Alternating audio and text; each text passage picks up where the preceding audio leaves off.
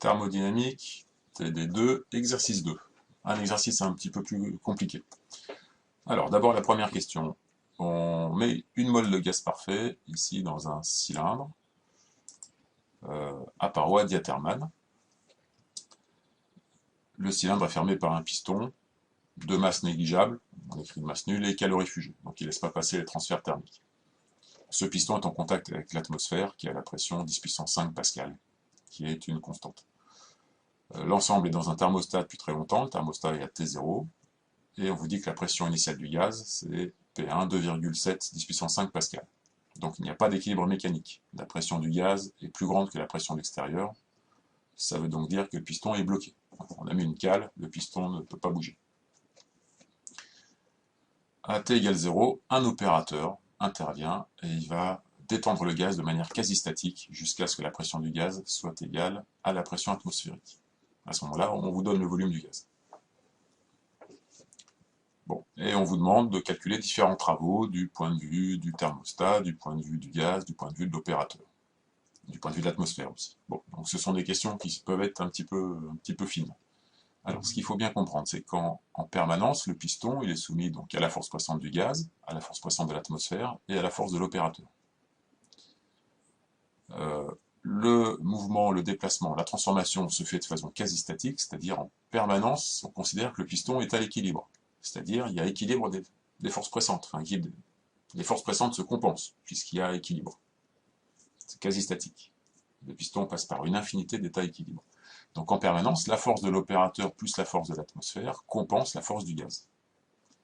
La force de l'atmosphère est constante, puisque la pression atmosphérique est constante. Donc ça veut dire que la force de l'opérateur se module, elle s'adapte, de même que la force du gaz s'adapte. Forcément, elle ne va pas être constante, puisque la pression du gaz varie, donc la force pressante du gaz varie. Okay, donc la force de l'opérateur varie également, mais pas la force de l'atmosphère. Donc en permanence, j'ai ces trois forces, force de l'atmosphère, force de l'opérateur, et en dessous, force du gaz. De sorte que la somme soit toujours égale à 0. Ok? Bon, voilà, c'est ça qu'il faut comprendre.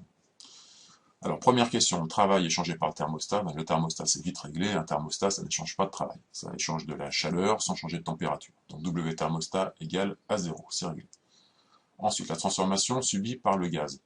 Elle est d'abord quasi statique, on vous le dit. Ensuite, le piston est calorifugé, et ici les parois diathermales sont en contact avec un thermostat. Donc la transformation est monotherme. La température de l'extérieur est constante, en tout cas pour ce qui concerne les parois diathermales. Donc on a une transformation quasi statique, monotherme. Ça signifie que la transformation est isotherme. La température du gaz est constante tout au long de la transformation et elle vaut T0. Bon, c'est logique, hein, vous imaginez ce gaz, il a T0 initialement, et vous faites bouger tout doucement la paroi qui est ici. Les transferts thermiques se font avec le thermostat, donc c'est évident que le gaz reste à température T0. Okay, on prend tout son temps. Alors on peut également dire que puisque la pression va diminuer, elle passe de P2 à P1, c'est une détente. Voilà. Donc on a une détente isotherme pour le gaz. Comment calculer le travail échangé par le gaz? Ben, c'est un travail de force pressante, c'est un travail via cette paroi mobile. Donc on sait que le travail, c'est moins l'intégrale de P extérieur dV.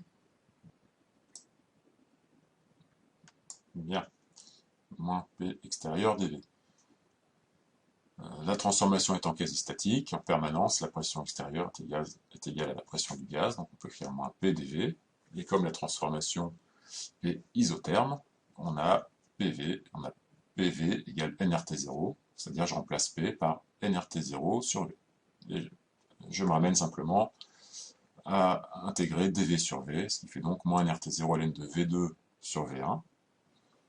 Mais comme dans l'énoncé on demande une réponse en fonction de P1, P2 et V2, il faut éliminer V1, bien, on se sert de l'équation d'état des gaz parfaits, nRT0 est constant, c'est égal à P1V1, c'est égal à P2V2, donc V2 sur V1, c'est moins P1, V2 sur V1, c'est P1 sur P2, ce qui donne plus ln de P2 sur P1. Voilà. Le signe moins qui est ici, je le fais disparaître et je prends l'inverse ici. P2 est plus petit que P1, ce qui donne donc un logarithme négatif. Donc un travail négatif, ce qui signifie, si le travail est négatif, ça signifie que le gaz donne de l'énergie sous forme de travail. C'est une détente, il pousse le piston. On fait l'application numérique en mettant des pascals, des mètres cubes, et on trouve moins 2,3 kJ. Pour la question petit c, on vous demande le travail de l'atmosphère. Donc l'atmosphère, c'est peut-être la question la plus compliquée. L'atmosphère, donc, est à pression constante, donc la force passante de l'atmosphère est constante. Sa pression est constante, la transformation est quasi statique, parce que l'opérateur module la force de façon à avoir une transformation quasi statique. Donc, si j'ai une transformation quasi statique, le calcul se ramène simplement à W atmosphère est égal à moins P atmosphère dV atmosphère. Alors j'intègre moins P dV. P étant la pression du système, et non pas la pression qui est égale à la pression de l'extérieur du système. Et là, cette fois, si le système c'est l'atmosphère, l'extérieur c'est l'opérateur et le gaz. Okay, et l'opérateur et le gaz ont tous les deux des pressions variables, de façon à ce que la pression atmosphérique, elle, reste constante. Donc la pression d'extérieur est égale à la pression du système, ici l'atmosphère, qui est constante. Donc je peux sortir la pression atmosphérique de l'intégrale, ça fait moins PA dV atmosphère. L'intégrale de dV atmosphère, ça fait delta V atmosphère. Et delta V atmosphère, c'est moins delta V gaz. Donc le moins delta V atmosphère, c'est delta V gaz, c'est-à-dire V2 moins V1. On obtient donc P2 facteur de V2 moins V1. À nouveau, on se sert du fait que P1V1 est égal à P2V2 pour éliminer V1, et on obtient le résultat suivant. P2 étant plus petit que P1, cette fois on trouve un travail positif. C'est positif, condition du banquier, l'atmosphère reçoit de l'énergie sous forme de travail, 1400 kJ. Dernière question de la question 1, le travail de l'opérateur. Donc je vous l'ai dit, l'opérateur, il module son effort de façon à avoir une évolution quasi statique. Donc on peut écrire F atmosphérique plus F opérateur plus F gaz est égal à vecteur nul. C'est le bilan des forces qui dit que le piston est en permanence à l'équilibre. Je multiplie ça par le déplacement élémentaire, dl, ce qui va me donner les travaux élémentaires, et j'intègre ça sur le déplacement complet, entre le début de la transformation et la fin de la transformation, ça donne une égalité sur les travaux. J'en déduis que le travail de l'opérateur, c'est moins celui de l'atmosphère, moins celui du gaz. Voilà son expression littérale.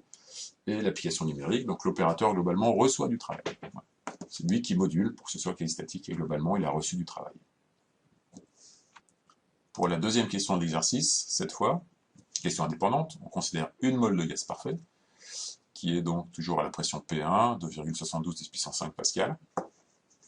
Donc elle est ici, elle est dans cette zone initialement. Donc dans un cylindre à paroi diathermale. Et on la met en communication avec un volume V3, ici, qui ne contient que du vide. Le piston en haut est bloqué. Ce piston ne bouge pas. Donc là, on a mis un robinet qui est fermé initialement. Dans le volume V3, ici, on n'a rien. L'ensemble est dans un thermostat à T0 égale 0 degré. Et on vous dit que après avoir ouvert le robinet, donc c'est le début de la transformation, j'ouvre le robinet, la pression du gaz de l'ensemble tombe à 10 puissance 5 pascal. Piston bloqué. On vous demande de déterminer le volume V3, ici. Bien, donc c'est une transformation brutale. J'ouvre le robinet, le gaz V1, il va se répandre dans le volume total, dans le volume V1 plus V3, très rapidement. Ce n'est pas une transformation quasi statique. Donc la transformation est brutale. De plus, l'ensemble est toujours plongé dans le thermostat avec des parois diathermales. Le piston, lui, est calorifugé, donc la transformation est monotherme. Le volume final du gaz, ça sera V1 plus V3, la température T0. C'est un gaz parfait, donc tout simplement, nRT0 égale P1 V1. Ça, c'était le gaz initialement. Après la transformation, finalement, sa pression est P3 et son volume, c'est V1 plus V3. Donc j'ai P1 V1 égale P3, facteur de V1 plus V3. Voilà. Donc en fait, cet exercice-là, il est très simple. Donc j'en déduis V3, et je me sers toujours de l'équation d'état des gaz parfaits pour éliminer V1 qui n'est pas demandé dans la réponse. on trouve un résultat final de 14 litres.